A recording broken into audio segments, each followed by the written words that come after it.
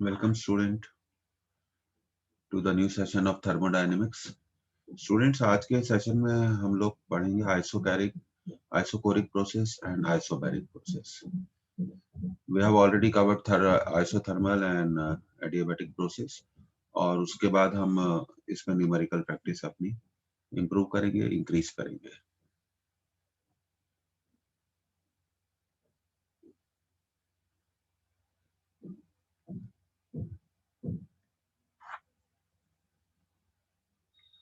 So let's start with the first process of the day, isochoric process.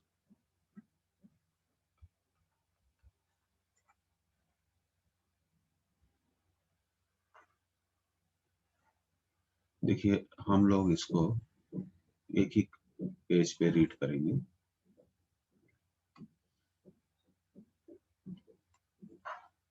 Isochoric process, volume is kept constant. तो equation हो गया P is proportional to T, pressure is proportional to temperature. पहली चीज. दूसरी चीज, क्योंकि volume constant है तो हम कह सकते हैं change in volume is 0. So work done is 0. और अगर हम first law of thermodynamics isochoric process के लिए अप्लाई करें तो हम लिखेंगे delta Q V. Delta Q V का मीनिंग है the heat is given to the gas at constant volume. Work done तो 0 है. ये आपका इक्वेशन आ गया आइसोकोरिक प्रोसेस का. और डेल्टा क्यू वी को आप लिख सकते हैं mu C V delta T.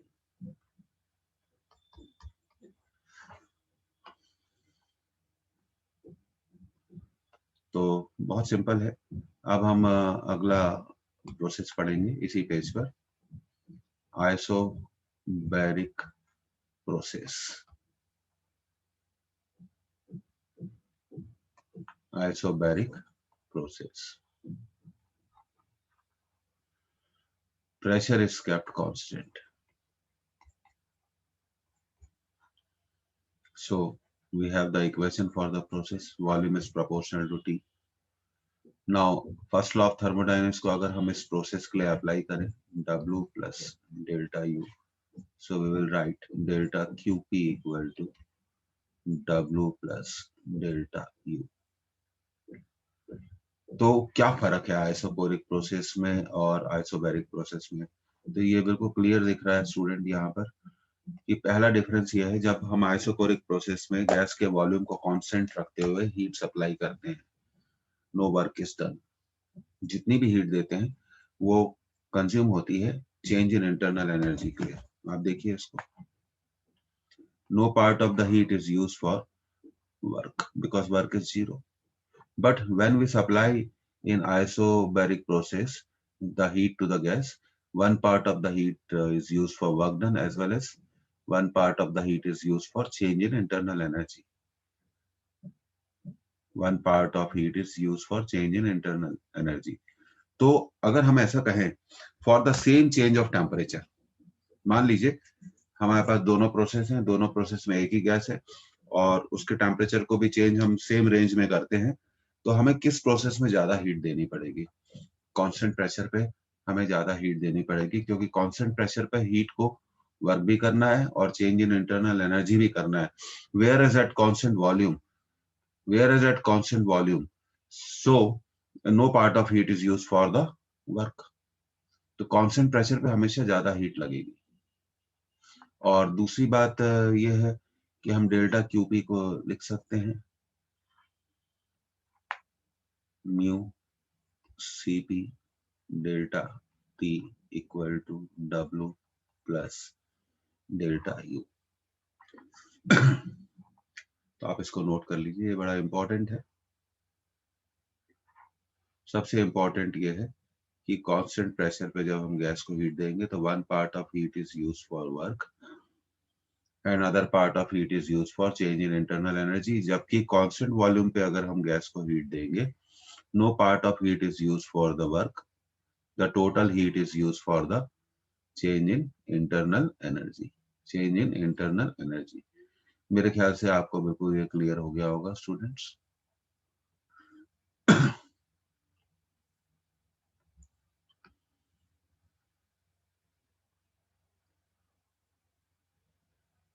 Is it clear to you, all of you?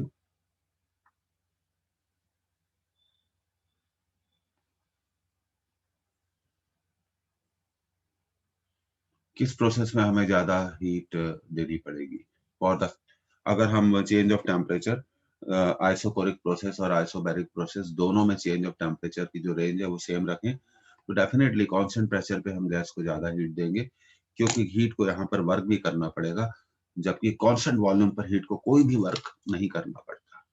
तो ये क्लियर हुआ आप लोगों को? Is it clear to you? Formula याद रखिए। अब देखिए इस पे कई चीजें आती हैं, तो वन बाय वन हम डिस्कस करेंगे।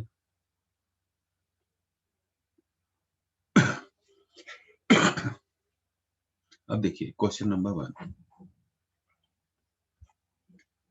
वाई सीपी इज, कोई जानता है इसका answer? Greater than CV.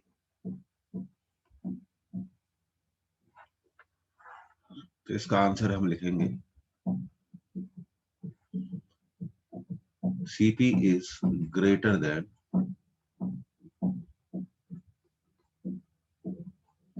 CV because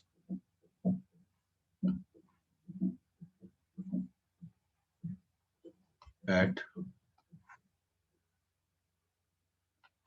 at constant pressure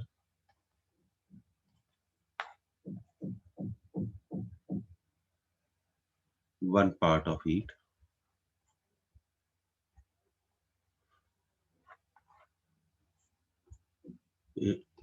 is used for external work।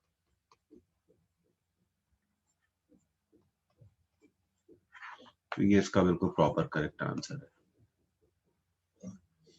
Why more heat is needed at constant pressure? Because gas has to perform the work also, whereas at constant volume gas does not perform any work, इसीलिए हम कहते हैं Cp is greater than Cv। Question number 2, ये सब important question है। What is the value of specific heat of gas in adiabatic process? Actually ये question answer series मैं आपके लिए ही कर रहा हूं, आपको इसका जवाब देना है।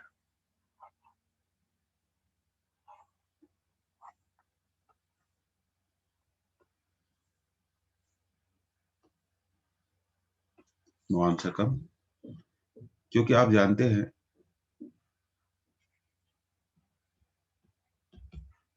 Delta Q equal to M S delta T, S equal to delta Q upon M delta T. But in adiabatic process we don't give any heat to the gas, so specific heat in adiabatic process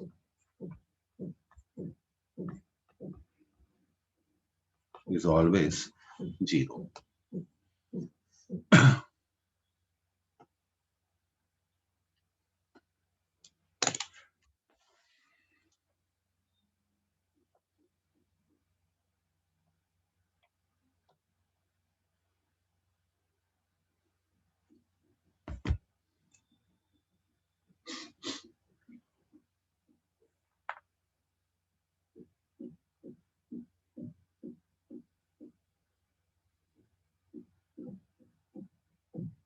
okay, so I am clearing it. अब देखिए, अब एक बहुत important theory हम लोग करने जा रहे हैं। Heat is given to a gas at constant pressure, what part of heat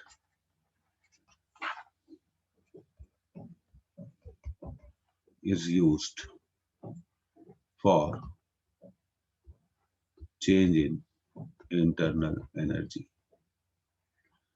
तो क्योंकि कांस्टेंट प्रेशर पे जब आप हीट देते हैं तो हीट का एक पार्ट वर्क में खर्च होता है और दूसरा पार्ट इंटरनल एनर्जी को चेंज करता है। तो ये पूछा जा रहा है कि हीट का कितना पार्ट, ये बहुत इंपॉर्टेंट है और कई बार एग्जामिनेशन में ये पूछा जा चुका है ऑब्जेक्टिव में।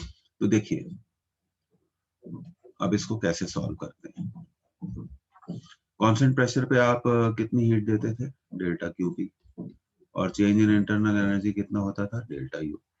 अगर हम यूनिट हीट दें तो चेंज इन इंटरनल एनर्जी कितना होगा, delta U upon delta QB.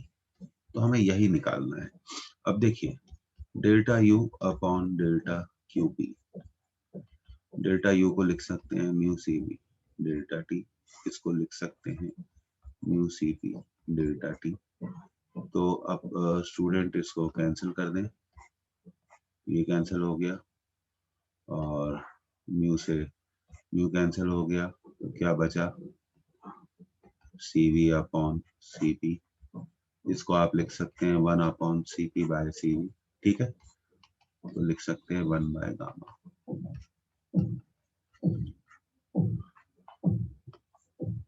And gamma, you know that it is nothing but degrees of freedom. ये क्लियर हुआ सबको?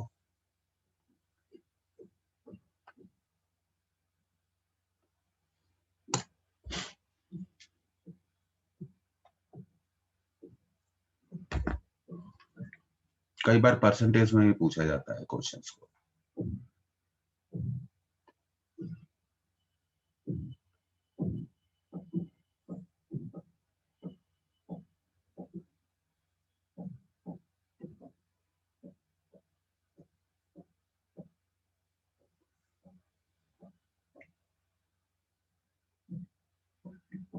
ओके, अब जैसे देखिए एक क्वेश्चन करते हैं।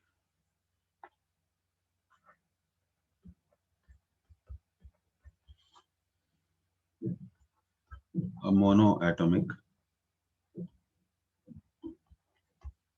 gas is given heat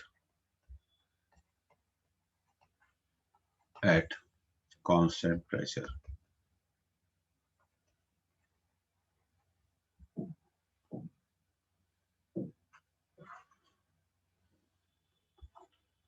What part of heat is used for change in internal energy?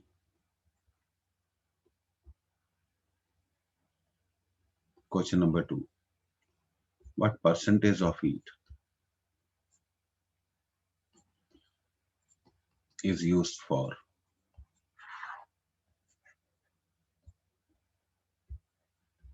change in internal energy?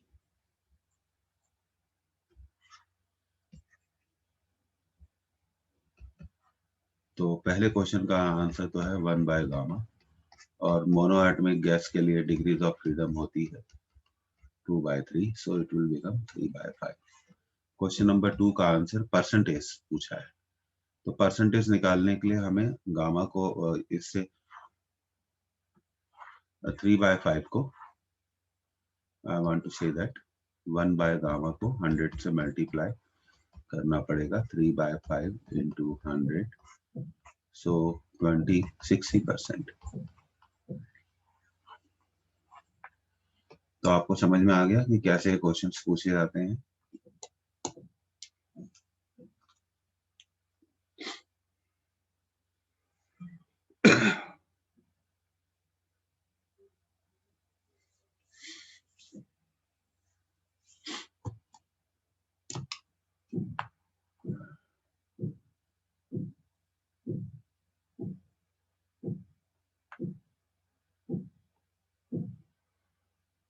Okay, next.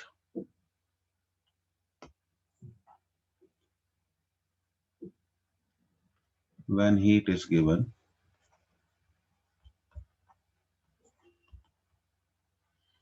to a gas at constant pressure. What part of heat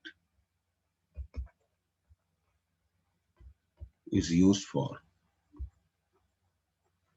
work done?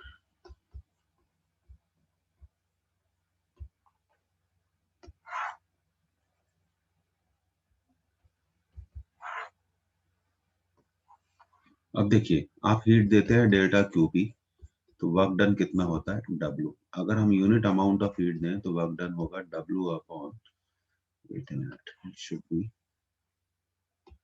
W upon delta QP.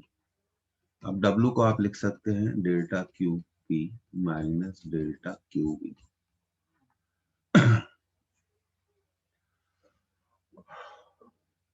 एक minute, लगता है student को यहाँ थोड़ी तकलीफ हो जाएगी, तो मैं एक काम करता हूँ, delta U, yes it will be better.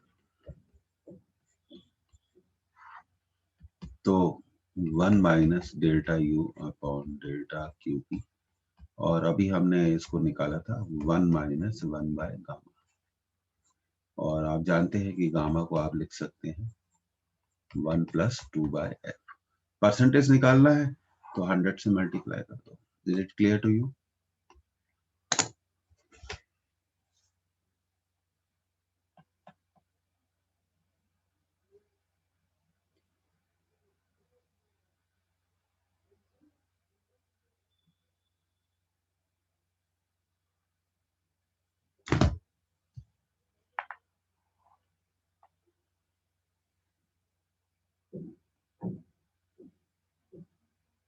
Okay,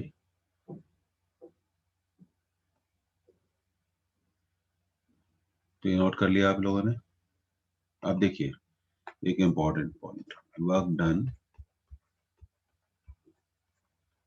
bye a gas in isobaric process, important. अब देखिए डेल्टा क्यूपी क्या है, W plus delta U, delta QP minus delta U equal to W। Delta QP mu CP delta T minus mu CV delta T equal to W। So हमें मिला Cp minus Cv into mu delta T. ध्यान दे रहा, Cp minus Cv को R लिख सकते हैं, तो ये हो गया म्यू R डेल्टा टी, और आप इसको ऐसा भी लिख सकते हैं P डेल्टा V। लेकिन ये तभी एप्लीकेबल होगा, ये तभी एप्लीकेबल होगा जब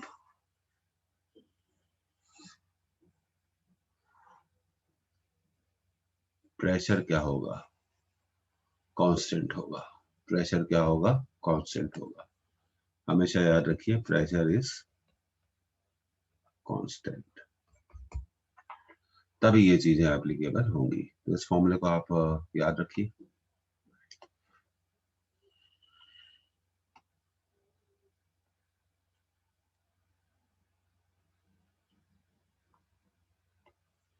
ये इंपॉर्टेंट फॉर्मूला है।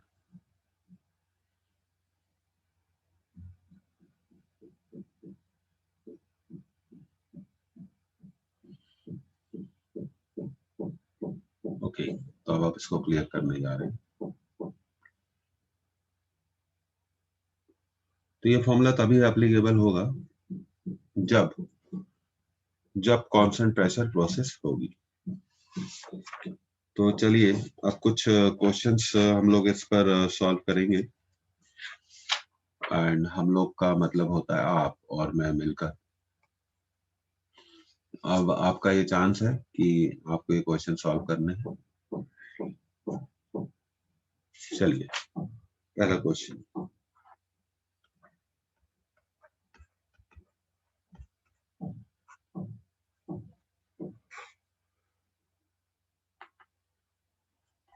if the temperature of 1 mole of ideal gas, एक आइडियल गैस है उसका 1 मोल है, इज चेंज्ड, ध्यान से लैंग्वेज को देखिएगा, is changed from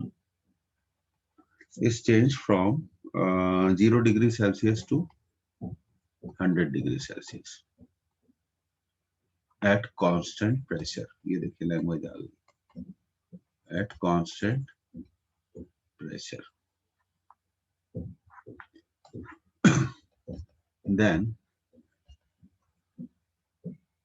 the work done in the process is, now we have got 4 answers, 8.3 into 10 to the power minus 3 joule. Second answer 8.3 into 10 to the power minus 2 joule. Third answer कौन करेगा? We will solve D, 8.3 into 10 to the power 3 joules. अब आपको लगता है कि ये question easy है, yes तभी इजी है जब आपको फॉर्मूला मालूम हो। ओके, वन आंसर केम,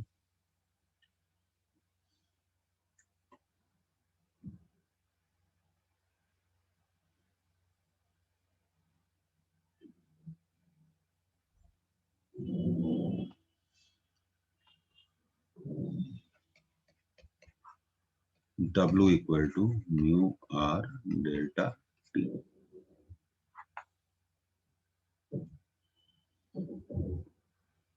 तीन लोगों के आंसर आए हैं अभी तक। Number of moles 1, R 8.3, change in temperature चाहे डिग्री सेल्सियस में हो चाहे केल्विन में हो उसकी वैल्यू सेम रहती है, into 100, so it is 8.3 into 10 to the power 2 joules. The correct answer is C।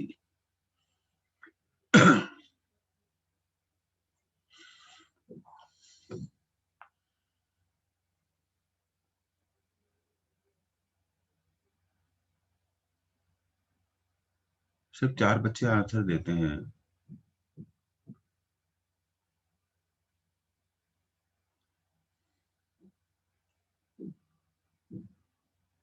अब देखिए अगले क्वेश्चन का आंसर वो बच्चे देंगे जिनका नाम ए से एम के बीच में आता हो। ओके, तो इसको क्लियर कर रहे हैं।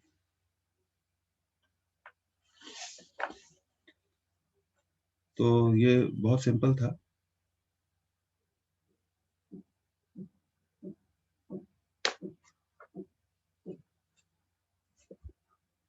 देखिए question number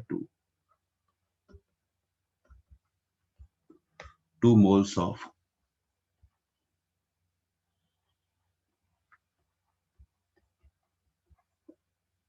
helium gas are taken over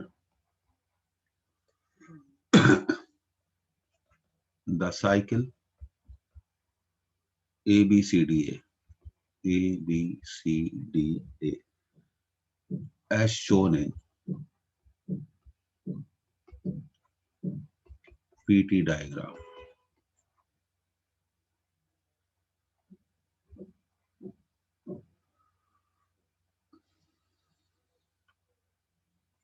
Calculate the work done in process AB।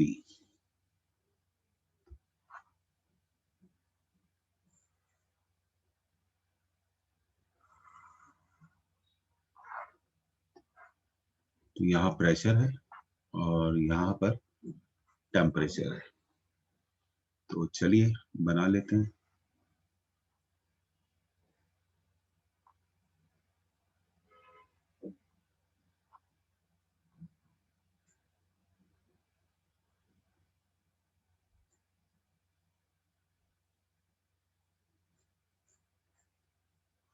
Okay, so this is A B C D, ये साइकिल है। और यहाँ आपको प्रेशर भी गिवन है 2 into 10⁵ newton per metre square.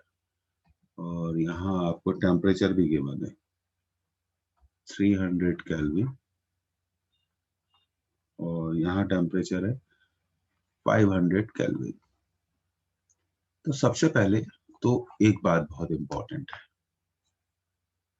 जो मैं आपको बताना चाहता हूँ।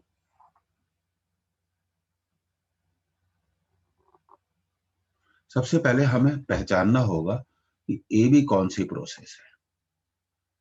तो क्वेश्चन नंबर 1 मेरी तरफ से पहला क्वेश्चन, तो आपको आइडेंटिफाई करना है कि ए बी कौन सी प्रोसेस है। ये देखिए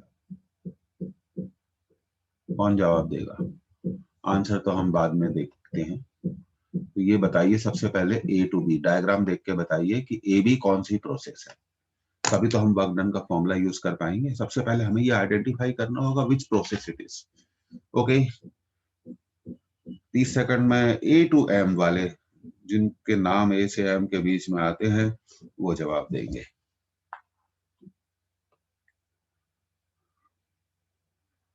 ओके, 2 जवाब,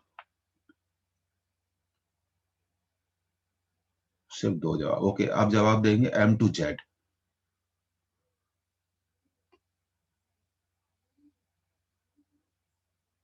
ये कौन सी प्रोसेस है आप देखिए, ये क्लियरली मैंने आपको बताया हुआ है, यहाँ आपको समझ में आ जाना चाहिए।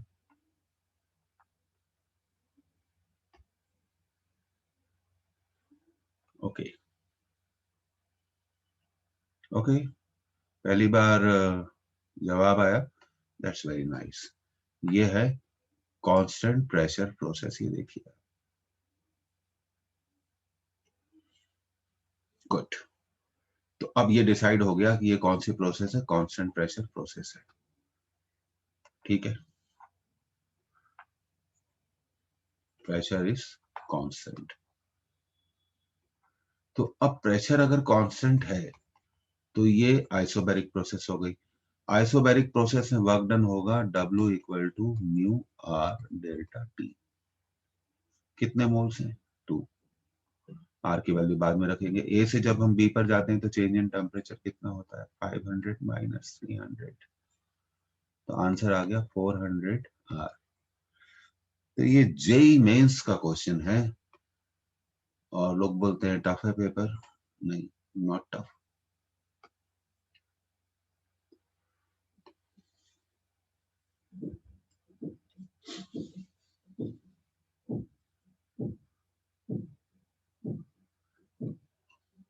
अब चलिए, अब अगला जवाब। इस क्वेश्चन में थोड़ी कई चीजें हमें पूछनी है आपसे।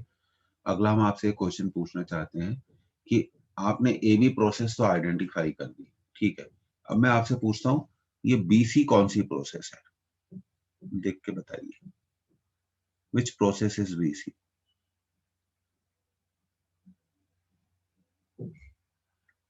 Answer A to Z.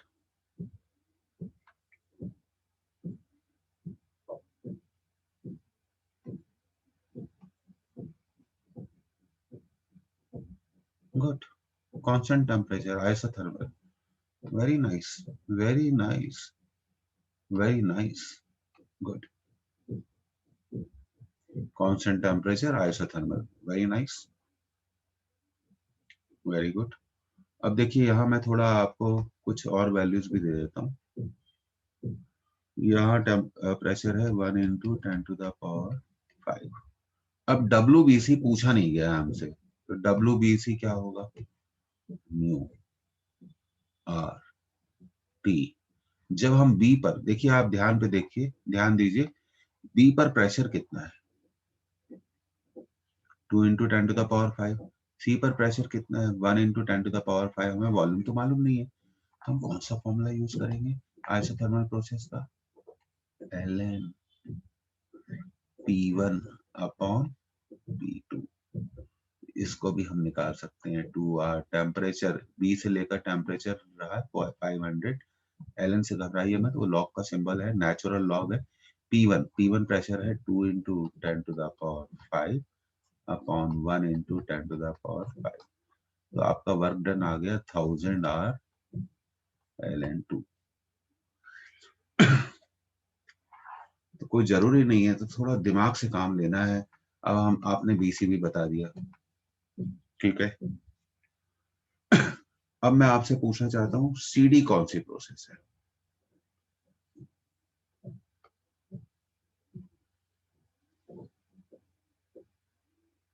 Okay, चलिए, बहुत लोग बच्चों ने जवाब दिया, बहुत अच्छी बात है ये।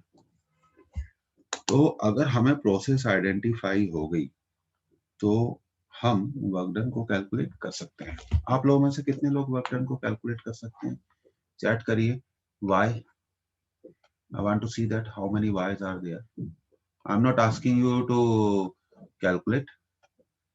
कितने लोग कर सकते हैं ये मैं देखना चाहता हूँ। बस 2 लोगों का जवाब आया, बाकी लोग सो रहे हैं।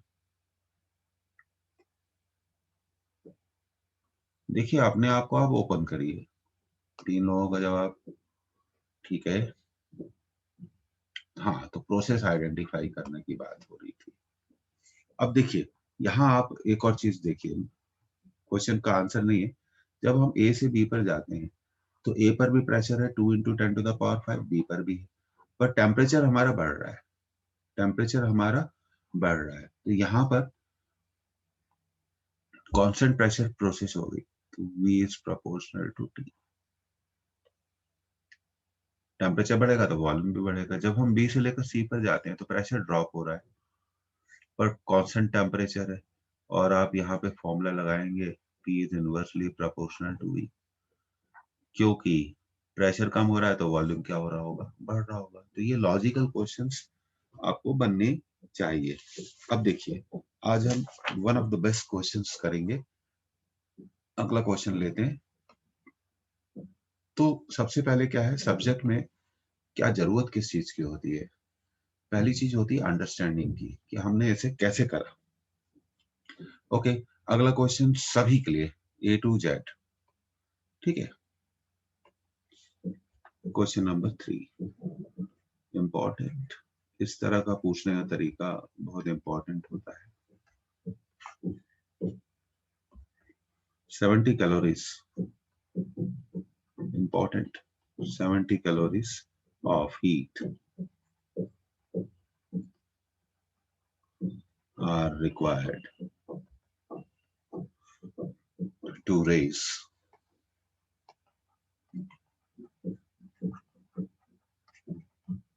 temperature of 2 moles of an ideal gas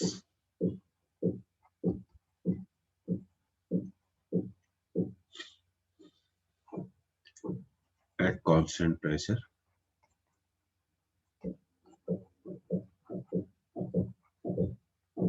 from 30 degree Celsius. देखिए, बात बड़ा समझने की है। 30 degree Celsius to 35 degree Celsius, तो चेंज ऑफ टेम्परेचर कितना हो गया? 5 डिग्री सेल्सियस का हो गया।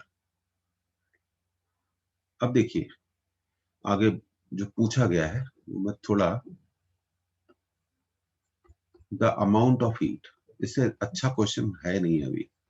The amount of heat required to raise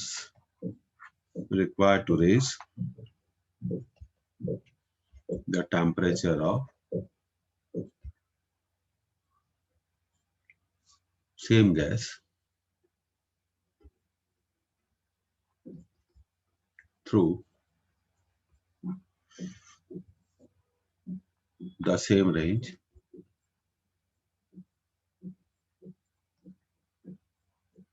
through the same range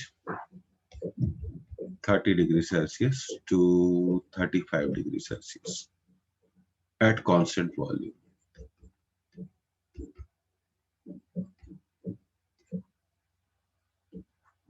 will be first answer 30 calorie, second answer 50 calorie, third answer 70 calorie, fourth answer 90 calorie. अगली slide में हम solve करेंगे इसको। तो आपका टाइम अभी शुरू होता है यहाँ पर।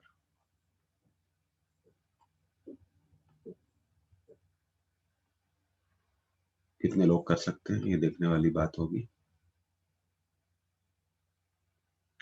ओके ओके, वन आंसर केम।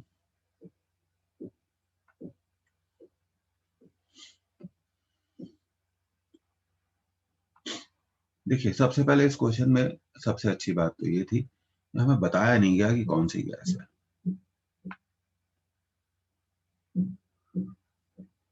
और अब दूसरी चीज, कंसेप्ट।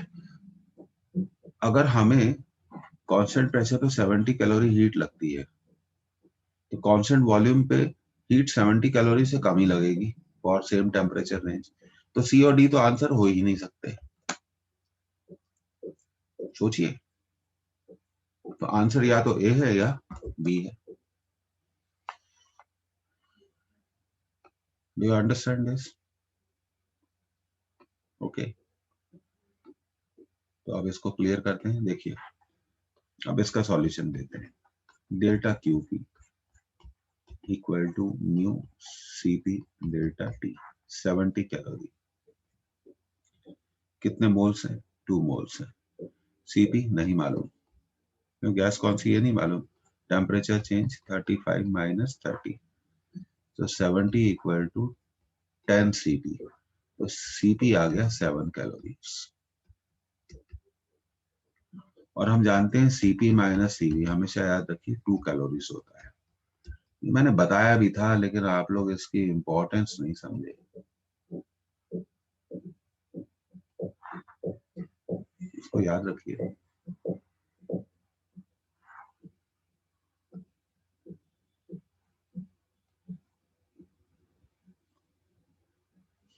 अब हमें हीट निकालनी है, उतना ही टेम्परेचर चेंज करने के लिए कांस्टेंट वॉल्यूम पे कितनी हीट देनी पड़ेगी। तो ये फॉर्मूला यूज करते हैं, 2 मोल्स। अच्छा, एक मिनट, यहाँ सीपी माइनस सीवी तो 2 कैलोरी आ गया, सीपी 7 है, तो सबसे पहले हम सीवी निकालेंगे। तो ये पहले निकाल लीजिए, सीवी आ गया हमारा 5 कैलोरीज। कितने कैलोरीज? 5। 35 माइनस 30, मुझे नहीं लगता इससे बढ़िया क्वेश्चन कोई हो सकता है। The answer is 50 calories. तो थोड़ा आप लोगों से रिक्वेस्ट है कि अपने कंसेप्ट को आप थोड़ा सुधारिए।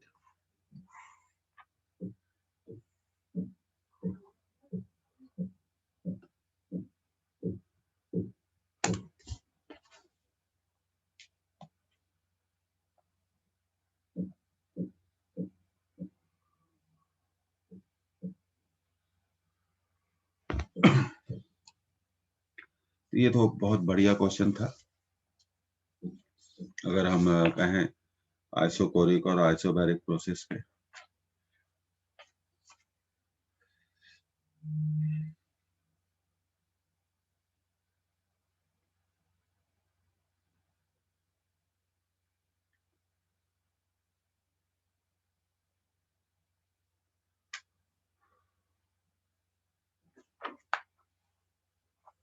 ओके, तो आंसर इसका होगा कितना कैलोरीज?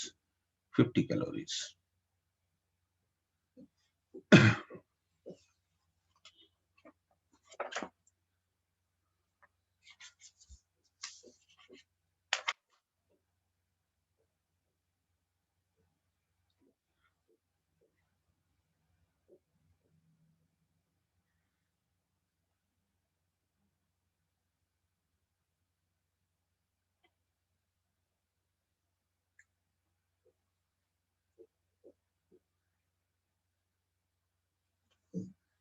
तो मेरे ख्याल से अब आपको ये क्लियर हो जाना चाहिए। अब इससे बढ़िया क्वेश्चन हमारे पास नहीं है आइसोकोरिक और आइसोबैरिक प्रोसेस पे। फॉर्मूला आपको याद होना चाहिए। अब देखिए, सबसे पहले आपको अब मैं कुछ क्वेश्चंस करवाना चाहता हूँ। तो देखिए, अब मैं एक गैस के लिए वीटी डायग्राम बना रहा हूँ और आपको पहचानना है कि ये कौन सी प्रोसेस है। ओके, देखिए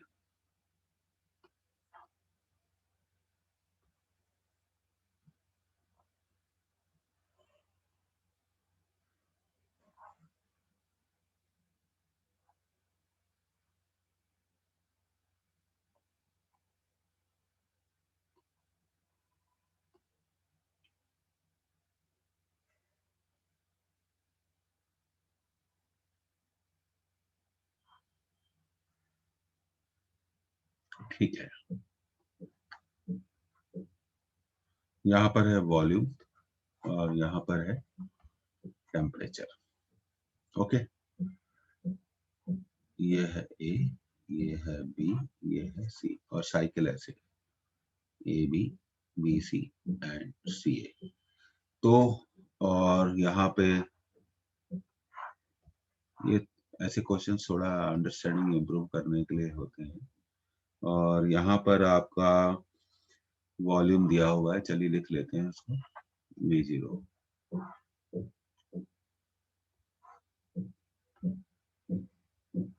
और यहाँ वॉल्यूम दिया हुआ है 4V0 और प्रेशर और यहाँ पर टेम्परेचर दिया हुआ है T0। तो सबसे पहले मेरा ये सवाल है आपसे, identify process A B. Process A B को आइडेंटिफाई करिए, ये कौन सी प्रोसेस हो सकती है। Waiting for your answer.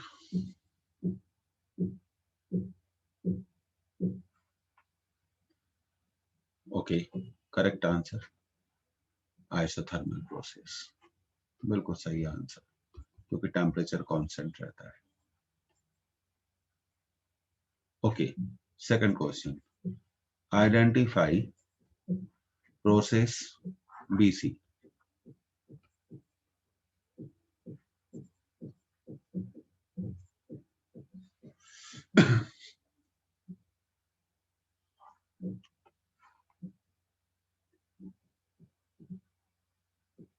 Okay, दो लोगों के आंसर। तो देखिए ग्राफ एक स्ट्रेट लाइन है, तो हम कह सकते हैं volume is proportional to temperature, तो pressure is constant. Good, and it is isobaric process. Very good. Okay, identify CA.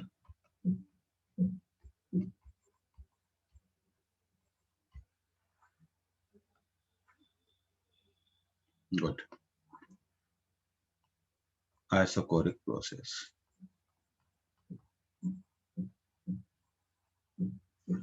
बिल्कुल सही। अब इसका पीवी डायग्राम बनाना है हमें।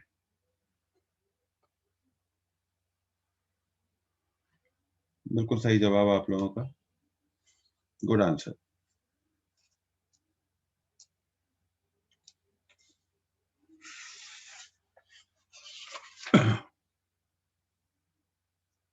अब देखिए अगला सवाल जो मैं आपसे कर रहा हूं,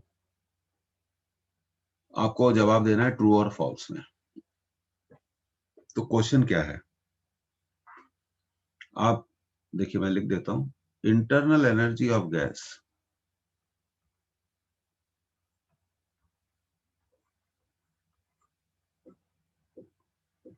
eight A and B are same. तो आपको जवाब देना है ट्रू और फॉल्स में।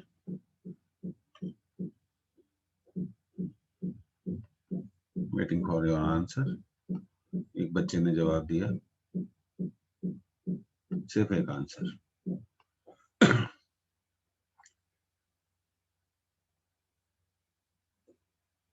अभी पढ़ा हुआ है हमने, लगता है आपने कॉपी को रिवाइज नहीं किया अच्छे से।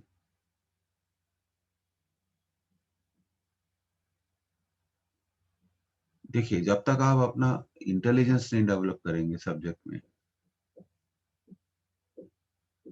मैंने आपसे पूछा था ट्रू और फॉल्स, तो आपको वो बताना है। ओके, P टू Z वाले जवाब दें। P टू Z वाले जवाब दें कि ये स्टेटमेंट ट्रू है कि फॉल्स है।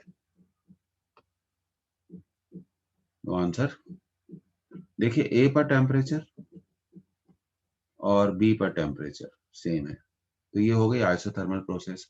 और हम जानते हैं कि आइसोथर्मल प्रोसेस में इंटरनल एनर्जी चेंज नहीं होती, इंटरनल एनर्जी चेंज नहीं होती, तो हम कह सकते हैं कि A और B पर इंटरनल एनर्जी क्या हो गई, सेम हो गई।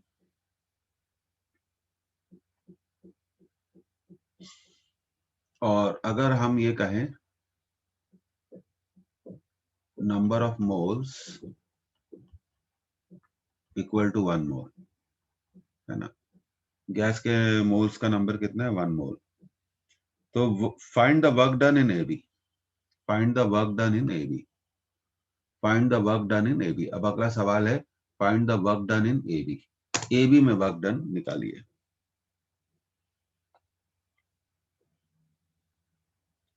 Find the work done in AB। तो चलिए अब इस सवाल को हम क्लियर करते हैं और प्रॉपर क्वेश्चन करते हैं।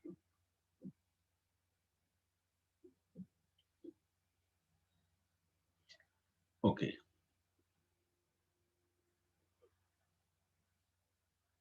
1 मोल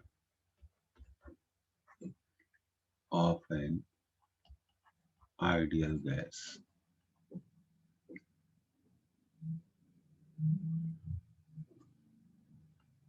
1 mole of an ideal gas in an initial state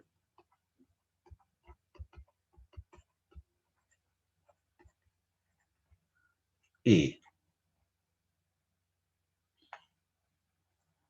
undergoes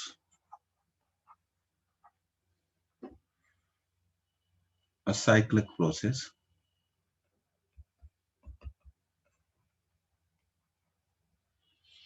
ABCA as shown in the figure.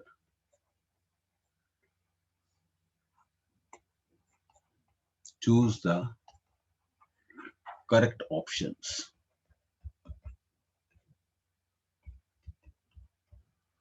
मतलब एक से ज्यादा सही आंसर है। तो चलिए पहले डायग्राम बना लेते हैं। ये हमने डायग्राम बना लिया।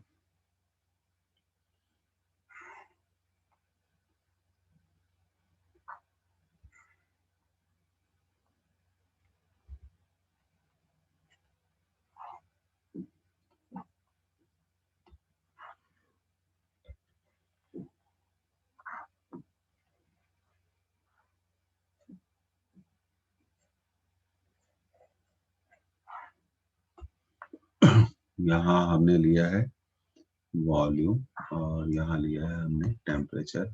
वही क्वेश्चन है जो हमने अभी किया था, लेकिन अब हम उसको सिस्टमेटिकली कर रहे हैं। A to B, B to C, C to A।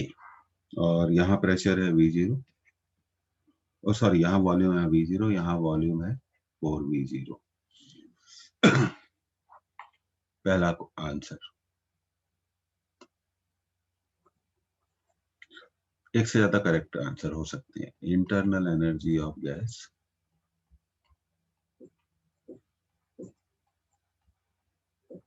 Eight A and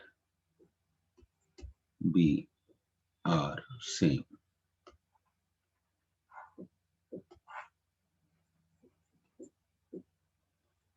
Second, work done in process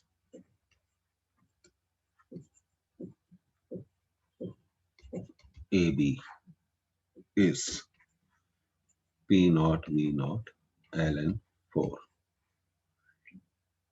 C, pressure at C is P naught by 4.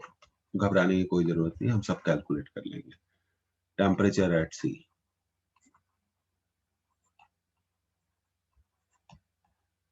is T naught by 4। अब ये थोड़ा टफ हो गया है question, इसमें कोई doubt नहीं है।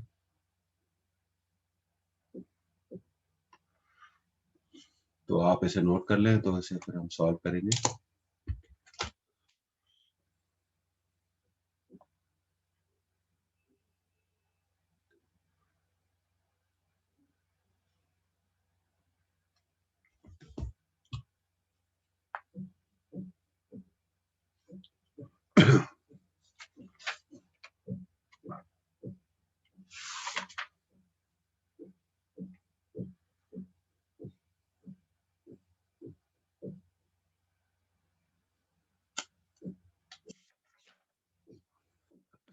ओके,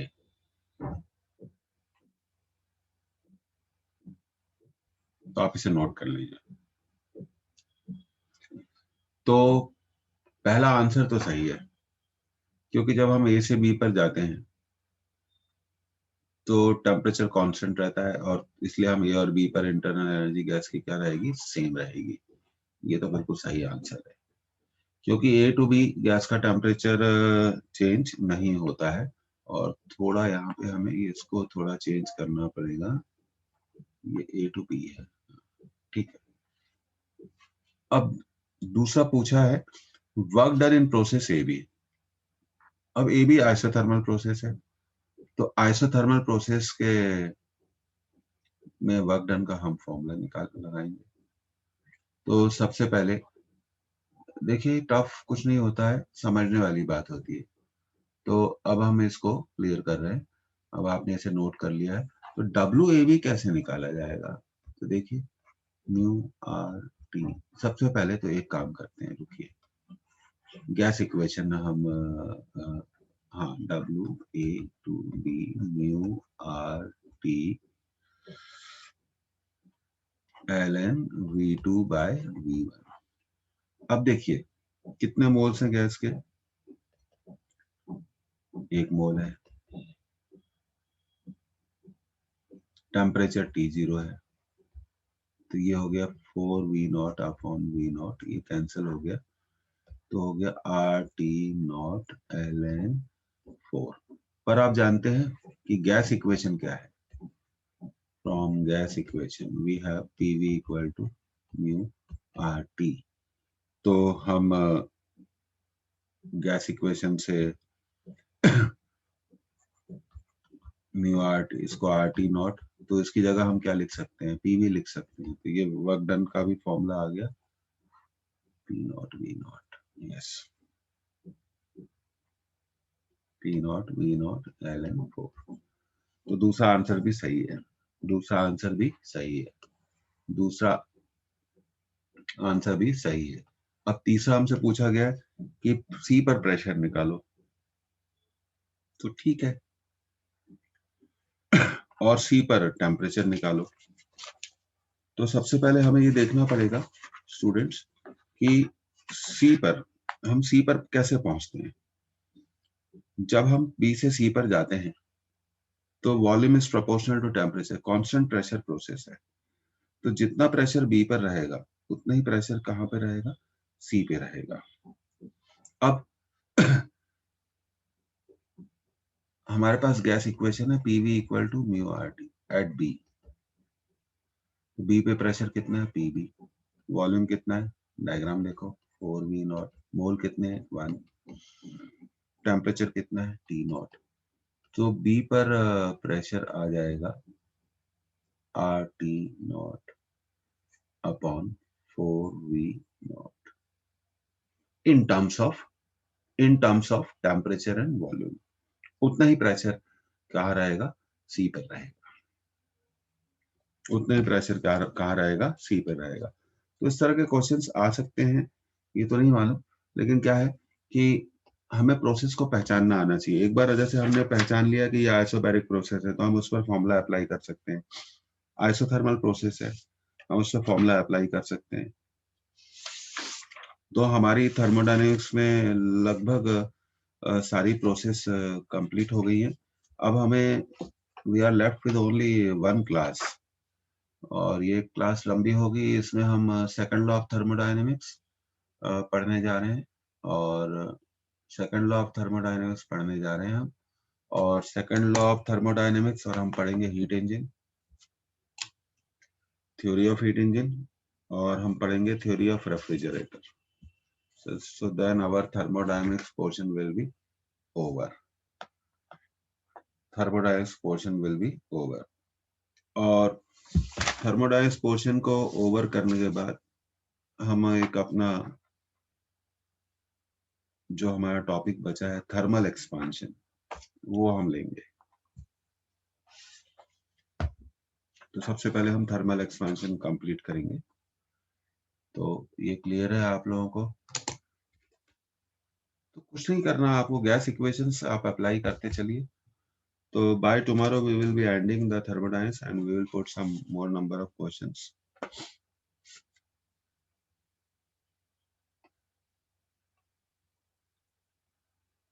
तो प्रोसेस पहचानिए, किसी भी पॉइंट पर आप गैस इक्वेशंस क्या कर सकते हैं, अप्लाई कर सकते हैं। गैस इक्वेशन का जो यूज है वो बहुत इंपॉर्टेंट यूज होता है। अब देखिए जो हमारा टॉपिक है, एक तो देखिए theory of heat engine.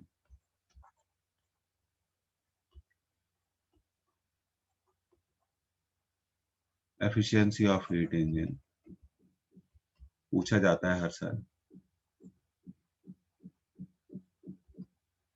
Refrigerator, second law of thermodynamics,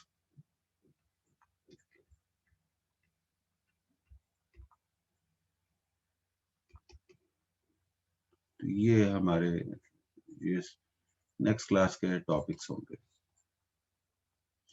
By tomorrow we will be ending the thermodynamics. अपनी क्वेश्चन प्रैक्टिस को आप और इम्प्रूव करिए,